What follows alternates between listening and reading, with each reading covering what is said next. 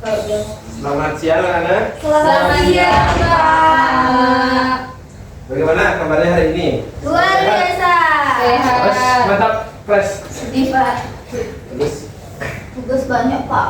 ya sekedar saja karena itu adalah kewajiban kita sebagai seorang siswa. Baik, sebelum kita mulai pelajaran hari ini, Bapak mohon bantuan untuk memimpin doa ketua kelas. Silakan.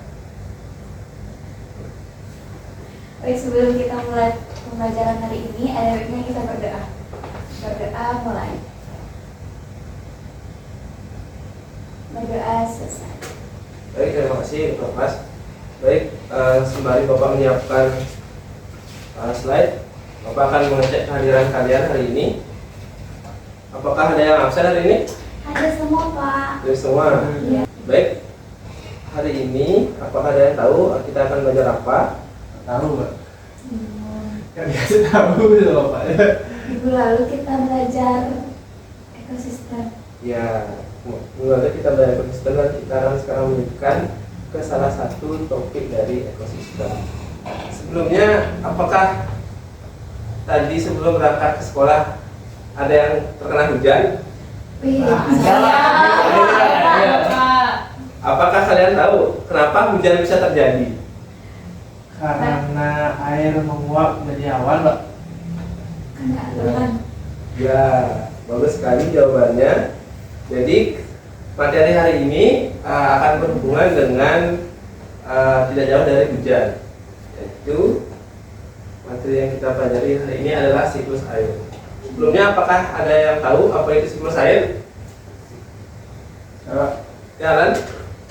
Siklus air merupakan sebuah sistem yang terus berulang, di mana dari penciptaannya air sampai bagaimana itu akan terus berputar sehingga air itu tidak harus habis Pak. Ya, benar sekali, Alan.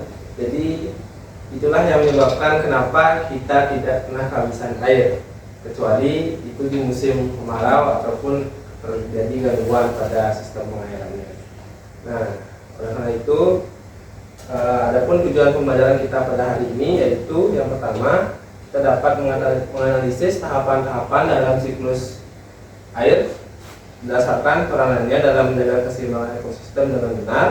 Kemudian yang kedua, sedikit dapat menganalisis dampak terganggunya salah satu proses dalam siklus air terhadap keseimbangan ekosistem dengan mengidentifikasi minimal dua dampak ekologisnya.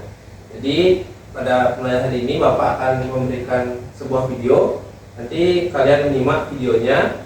Setelah itu Bapak akan memberikan KPD yang dikerjakan secara berkelompok, karena Bapak lihat siswanya ada berempat. Jadi Bapak akan bagi menjadi dua kelompok, Alan dengan Mina kelompok 1 dan Yanti dengan Anggun di kelompok 2. Baik, sebelumnya Bapak akan memberikan video, tolong disimak video pembelajarannya.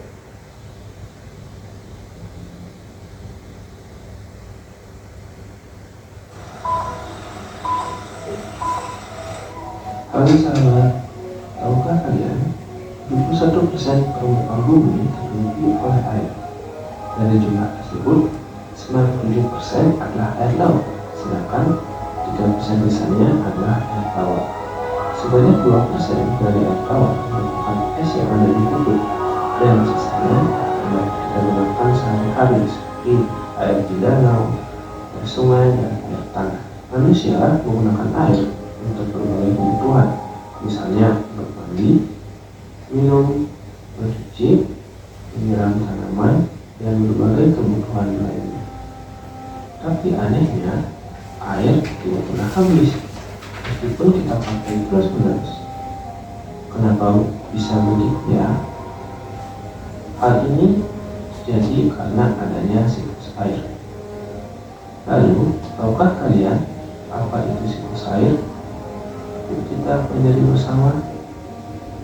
Siklus air adalah proses perputaran atau sirkulasi air secara terus-menerus dari bumi ke atmosfer lalu kembali lagi ke bumi. Secara umum, siklus air melalui beberapa tahapan penting. seperti evaporasi, transpirasi, kondensasi, presipitasi, infiltrasi, dan runoff. Mari kita bahas satu persatu. Tahap pertama adalah tahap evaporasi, di mana air di permukaan laut, sungai, dan danau akan menguap karena adanya panas matahari lalu naik ke udara sebagai uap air. Tak hanya air di permukaan, tumbuhan juga mengeluarkan air ke udara akibat panas matahari. Nah, proses penguapan yang terjadi pada tumbuhan ini disebut dengan transpirasi. Ketika uap air naik ke udara, suhu akan menjadi lebih dingin. Nah, uap ini pun akan mengembun dan menjadi tetesan-tetesan air kecil dan akan membentuk awan. Proses ini disebut dengan kondensasi. Lalu, angin akan membawa dataran yang lebih tinggi. Jika awan menebal dan tidak lagi mampu menahan air, maka terjadilah presipitasi atau yang sering kita kenal dengan istilah hujan. Sebagian air hujan ke dalam tanah menjadi air tanah. Nah, proses ini disebut dengan sisa air hujan. Ini akan mengalir di permukaan tanah menuju sungai, danau, dan air laut. Proses ini disebut dengan runoff. Nah, setelah itu siklus ini akan kembali jadi secara berulang dan terus berulang. Nah, itulah proses dari terjadinya siklus air. Sebelumnya kita juga sudah mengetahui apa saja manfaat dari air yang sangat begitu banyak. Nah, karena manfaat air yang begitu banyak, kita harus terus menjaga kualitas air agar terus bisa digunakan. Namun sayangnya beberapa aktivitas manusia dapat memicu terganggunya siklus air dan malah memicu bencana alam seperti banjir dan tanah longsor. Contohnya seperti panen hutan, pembangunan jalan dan bangunan, ataupun membuang limbah ke lingkungan dengan sembarangan. Jadi, bagaimana cara kita merawat air? Yang pertama yang dapat kita lakukan itu adalah merawat perairan yang kita punya. Misalnya, tidak membuang sampah sembarangan di sungai ataupun di selokan. Dan yang kedua, yaitu merawat pepohonan di sekitar kita, karena pohon memiliki peran penting dalam siklus air, mana pohon itu akan melepaskan air tanah ke udara melalui proses transpirasi, yaitu melepaskan uap air menuju atmosfer. Dan yang ketiga yaitu menghemat penggunaan air, karena masih banyak daerah yang mengalami kesulitan untuk mendapatkan air bersih. Siklus air tidak hanya menjaga ketersediaan air, tapi juga mendukung kehidupan makhluk hidup di bumi. Ingat ya, air itu tak pernah diam, dia akan terus bergerak, terus bekerja untuk memberi kehidupan. Semoga video ini membantu kamu memahami dan menyusun siklus air dengan lebih mudah. Sampai jumpa di video berikutnya. Tetap semangat belajar dan terima kasih. Baik, itulah tadi videonya. Bagaimana videonya yang Bapak berikan? Keren dan sangat bagus, informatif. Nah, kan saya tadi sudah menyimak video. Ya. Mungkin Bapak minta dari satu dari kalian bisa menyebutkan apa saja tahapan-tahapan dari siklus air sesuai dengan video yang sudah disimak tadi. Ada yang bisa? Baik, Alan. Proses awalnya itu ada evaporasi. Asal nggak namanya? Sebutkan. Ada evaporasi, ada transpirasi, ada kondensasi, ada presipitasi, ada infiltrasi, sama runoff. Baik. Jadi itulah proses dari siklus air. Dan apakah ketika salah satu dari siklus air tersebut terganggu, apakah akan mempengaruhi dari siklus lainnya? Ya. Nah, itulah yang sekarang akan kita jawab. Kalian akan jawab dengan diskusi kelompok. Sekarang Bapak akan memberikan kalian LKPD. Jadi dari dalam LKPD ini akan berisi daya tiga pembelajaran, tunjuk, dan di sini juga sudah ada alat dan bahan yang akan diperlukan. Bapak kemarin sudah menginfokan apakah sudah membawa alat yang diperlukan seperti alat tulis dan laptop. Karena sekarang kita akan mempelajari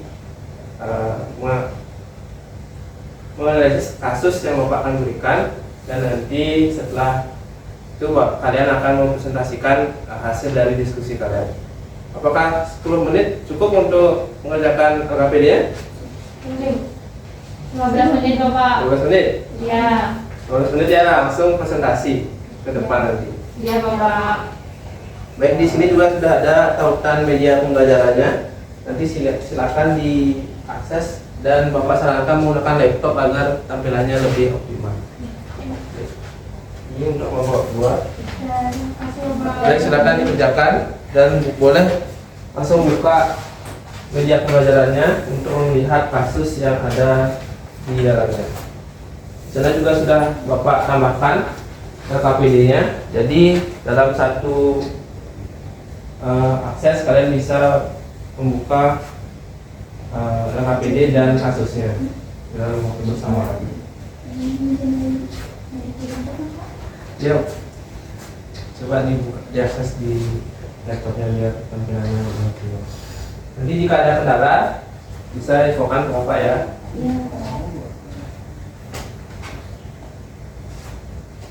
Jika sudah berhasil membuka tampilan media pembelajarannya akan berjalan seperti ini, seperti papan, dan kalian silakan pilih di analisis kasus, dan nanti kalian bisa mengerjakan LKPD-nya.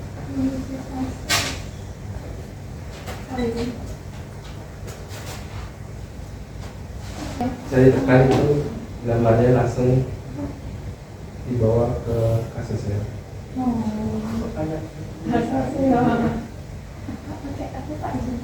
Iya. Aplikasi atau website? Website itu? Website. Ada yang geser-geser loh. Yang mana? Ini maksudnya nanti kalau dia setelah langsung dipotong oleh konten dari LKPD. Iya. Ini Bang. Keluarin aja Bapak ke Bapak apa bagaimana ya?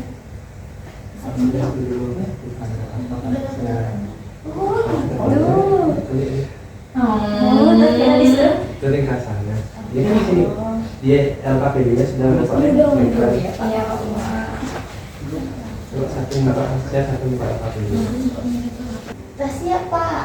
Sudah semua kelompok sudah menyelesaikan LKPD-nya.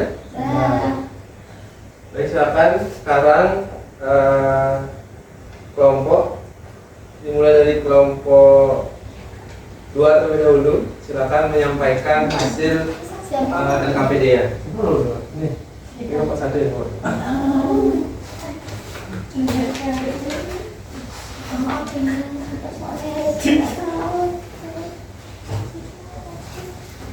Mari Bapak buka juga LKPD-nya.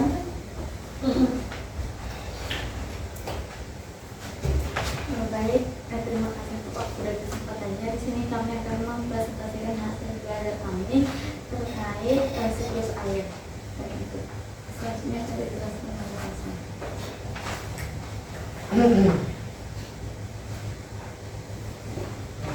Baik. Untuk menjawab pertanyaan yang pertama, yaitu jelaskan berdasarkan peran masing-masing tahapan dalam siklus air, di mana pada tahap yang pertama adalah evaporasi, yaitu sebagai penguapan air baik dari air tawar maupun air sungai jika pada siang hari. Setelah itu lanjut ke tahap transpirasi, yaitu di mana transpirasi ini merupakan sebuah mekanisme fisiologi dari tumbuhan ketika terjadinya panas yang berlebih, sehingga dia akan melakukan penguapan, dan itu akan langsung menuju ke awan, yaitu evaporasi dan transpirasi tersebut, sehingga akan terjadi kondensasi, yaitu di mana uap-uap air itu akan membentuk awan, dan awan itu akan terus naik ke tekanannya lebih tinggi sehingga akan mengubah suatu uap air menjadi air. Nah, sana itu selanjutnya ada tahap presipitasi, yaitu di mana terjadinya turunnya hujan, turunnya air dari awan tersebut sehingga menjadi hujan, kemudian jatuh ke tanah, terus dari tanah itu ada infiltrasi untuk menyerap air tersebut yang menjadi air tanah, dan selanjutnya yaitu terdapat runoff, yaitu di mana air mengalir dari hulu ke hilir sehingga masuk ke laut dan kembali lagi ke evaporasi. Nomor 2, ketika di atas dapat manakah hemat siklus air yang terganggu, di mana pada studi kasus tersebut yaitu mengalami kekeringan, yaitu di mana sebenarnya dari kekeringan tersebut ada beberapa faktor yang menyebabkan menjadi kekeringan, yaitu yang pertama mungkin pada saat dia terjadinya kondensasi atau di mana setelah penguapan air itu biasanya ada beberapa pembangkit listrik tenaga seperti pembangkit listrik tenaga suap itu akan menembak awan tersebut sehingga akan membelah dan tidak jadi hujan sehingga akan menjadi kekeringan. Selanjutnya di mana ini terjadi juga karena kurang air bersih, sudah pasti pada presipitasi tidak ada kondensasi sehingga presipitasi tidak jalan dan seterusnya tidak akan membentuk sebuah siklus air. Itu. Selanjutnya untuk pertanyaan yang ketiga, itu hubungkan kandungan beras satu tahapan siklus air dengan dampaknya terhadap ekosistem.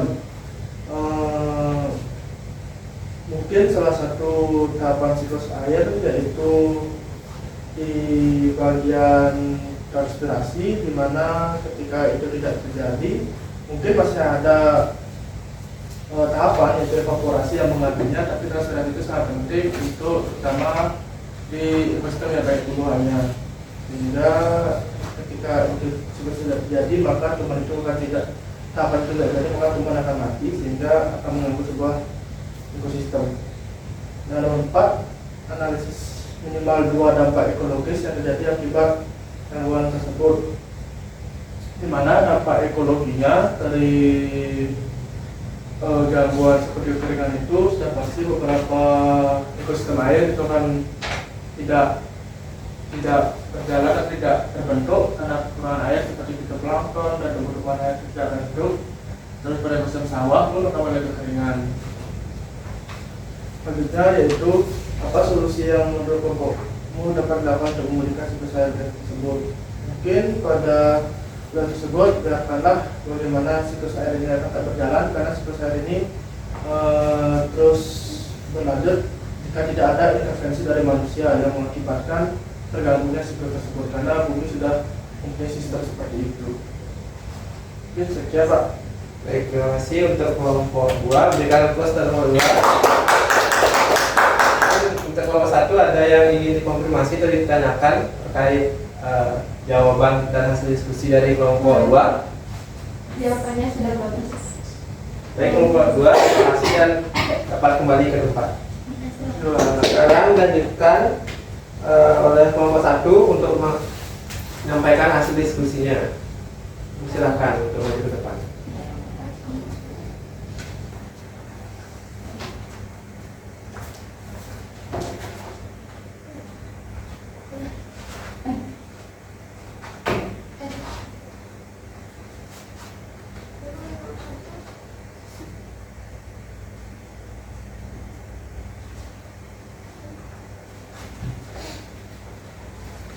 Baik, terima kasih atas waktunya. Kami dari kelompok 1 izin untuk mempresentasikan hasil dari diskusi kami. Jadi yang pertama, menjelaskan secara singkat peran-peran masing-masing tahapan dalam siklus air dalam menjaga keseimbangan ekosistem. Jadi perannya yaitu evaporasi air dari permukaan laut, sungai, dan danau menguap ke atmosfer. Proses ini mengatur suhu lingkungan dan juga memulai sirkulasi air yang penting untuk kelangsungan hidup makhluk hidup. Yang kedua yaitu kondensasi. Uap air ini berubah menjadi awan yang membantu pembentukan curah hujan yang berfungsi mengembalikan air ke permukaan bumi dan juga menjaga kelembaban tanah serta iklim lokal. Dan yang ketiga yaitu presipitasi, yang mana merupakan air jatuh kembali ke bumi, dan ini merupakan sangat penting untuk mengisi kembali sumber air tanah, sungai, dan danau serta menyediakan air untuk tanaman, hewan, dan juga manusia. Kemudian yang keempat yaitu infiltrasi dan perkolasi, yang mana air meresap ke dalam tanah dan mengisi air tanah. Nah, ini penting untuk menjaga ketersediaan air bawah tanah dan juga mencegah erosi serta banjir. Kemudian yang terakhir yaitu runoff atau aliran permukaan, yang mana air yang tidak terserap mengalir ke sungai dan laut. Proses ini membantu mendistribusikan air ke berbagai wilayah dan menjaga kestabilan siklus air secara global. Untuk pertanyaan yang kedua, untuk pertanyaan yang kedua yaitu berdasarkan studi kasus di atas, tahapan manakah dalam siklus air yang terganggu? Jelaskan alasannya. Jadi berdasarkan studi kasus yang merujuk pada gangguan keseimbangan ekosistem air, misalnya banjir, kekeringan, dan polusi air, tahapan dalam siklus air yang paling sering terganggu merupakan infiltrasi dan perkolasi, yang dimana ketika tanah tertutup oleh beton, aspal, atau bangunan yang mengakibatkan urbanisasi, air hujan tidak dapat meresap ke dalam tanah. Akibatnya air mengalir langsung ke permukaan sebagai limpasan atau runoff yang dapat menyebabkan banjir dan mengurangi pengisian air tanah. Selain itu juga karena kurangnya infiltrasi juga mengurangi ketersediaan air bersih di musim kemarau. Dan untuk yang ketiga yaitu menghubungkan gangguan pada satu tahapan siklus air dengan dampaknya terhadap ekosistem.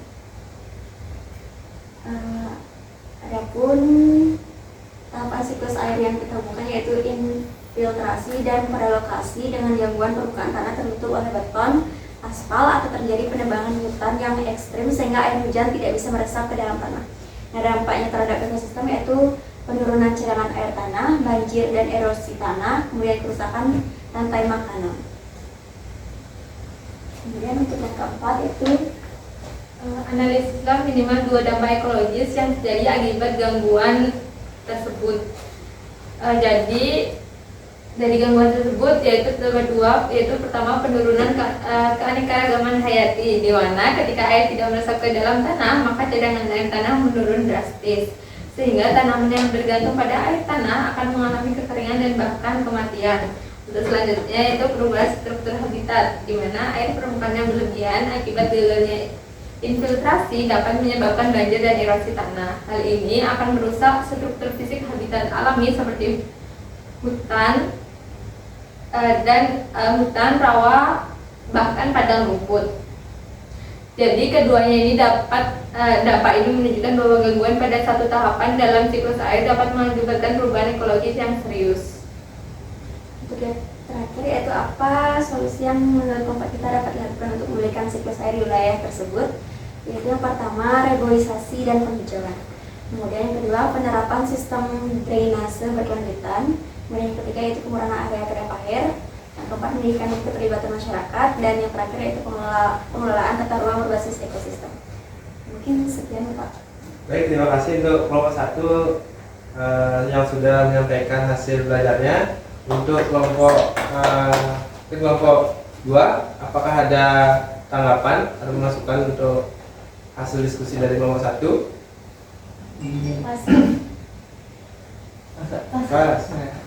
Baik, terima kasih dan berikan aplaus untuk kelompok 1. Silakan kembali ke tempat. Terima kasih Bapak. Kemudian ada satu soal lagi untuk kalian yang bisa kalian jawab, yaitu mengenai bagaimana proses dari siklus air. Bentar, Bapak. Nah, ini merupakan proses dari perjalanan siklus air. Nah, tadi sudah dijelaskan pada hasil diskusi dan sudah menonton video, ada beberapa tahapan dari siklus air yang mulai dari evaporasi sampai dengan runoff. Jadi air itu dimulai dari bumi, itu akan naik ke atas menuju atmosfer dan akan kembali lagi ke bumi. Jadi siklus itu akan terus berulang dan menghasilkan dinamakan siklus air atau siklus hidrologi. Jadi di sini Bapak memberikan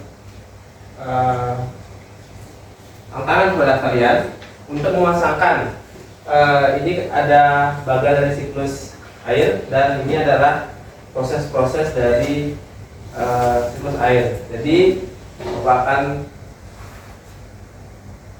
menunjuk kalian untuk mengisi masing-masing bagian dari siklus air. Baik, untuk siklus air yang pertama akan dimulai dari ini. Siapa yang bisa? Saya. Anggun. Untuk tahapan yang pertama yaitu evaporasi. Evaporasi. Ya. Bagaimana yang lain? Benar? Ah. Betul. Nggak bisa nih guys. Kemudian yang kedua, setelah evaporasi itu akan menjadi proses Kondensasi. siapa yang bisa? Iya, kondensasi, Pak. Kondensasi sebelum terbentuknya kondensasi itu ada dua penguapan. Satu oleh benda mati dan kedua oleh benda hidup. Nah, ini adalah penguapan yang dilakukan oleh benda hidup. Apa namanya? Coba Lina. Infal. Presif. Siapa yang bisa? Siapa? Coba Transpirasi, Pak. bantu Alan. Transpirasi. Ya benar, itu adalah transpirasi. Jadi proses penguapan yang Respirasi dilakukan juga kan, Pak. oleh tumbuhan. Untuk respirasi itu berbeda. Respirasi itu adalah proses pernapasan manusia. Ini transpirasi yang dilakukan oleh tumbuhan. Kemudian yang ketiga, proses apa yang ketiga?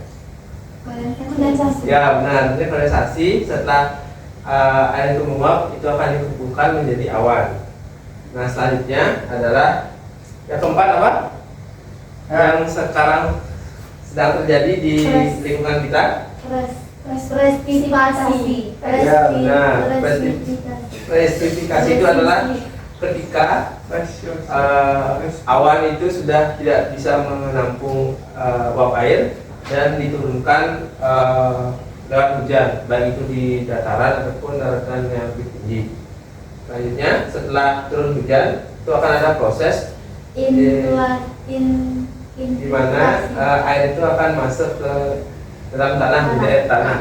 Proses apakah itu namanya? Infiltrasi. Infiltrasi, benar.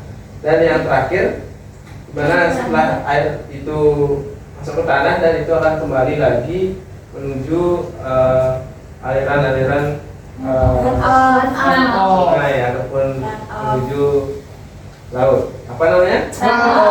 Baik, benar sekali. Berikan aplaus tuh.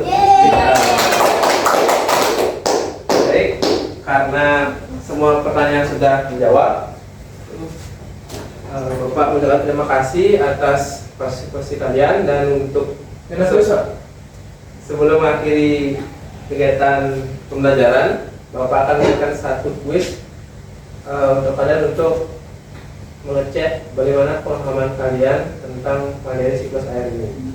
Untuk tes sudah Bapak berikan di kolom chat, bisa langsung dikerjakan dari sekarang ya. Waktunya 5 menit, menjawab 10 soal. Ini kali Pak. Gampang soalnya. EDKP itu kan, Pak? Ya. Kalau yang bingung masih bisa dibuka langsung di media pembelajaran. Sudah bisa? Sudah bisa dimulai ya.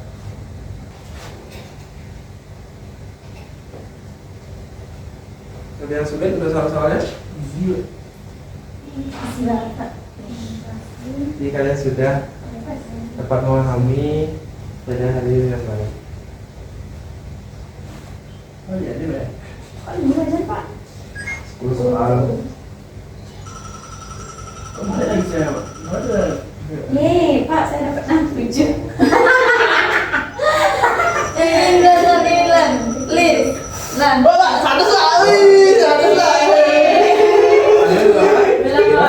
Belum.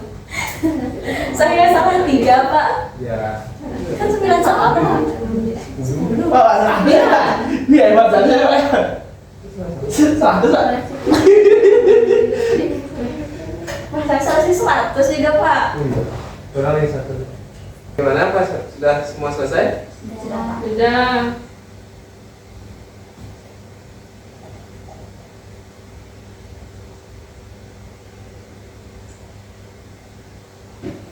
kalau sudah selesai begitu pelajaran kita pada hari ini, kita sudah menyelesaikan modul pembelajaran tentang menganalisis komponen-komponen yang ada pada siklus air dan mengetahui bagaimana jika ada gangguan pada siklus air, apa dampaknya pada ekosistem. Jadi setelah pembelajaran hari ini kita mendapatkan bahwa siklus air itu merupakan suatu siklus yang selalu akan berputar karena penyerahan air itu dinamis dari hulu ke hilir, dari atas ke bawah itu, dan akan terus berputar. Jadi itu berjamakan dengan siklus air yang merupakan siklus atau proses pengeluaran air yang bersambung secara alami dan berlangsung secara terus menerus. Jadi jikalau salah satu dari siklus air itu terganggu, maka pastinya siklus berikutnya ataupun kondisi ekosistem lainnya itu akan terganggu. Misalnya ketika proses evaporasi terganggu, tentunya nanti tidak akan terdapat proses kondensasi dan presipitasi. Karena kondensasi tidak ada, pembentukan awan dan hujan pun tidak akan turun. Hal ini menyebabkan kemarau berkepanjangan ataupun kekeringan, seperti kasus yang sudah kalian kaji tadi. Kemudian jika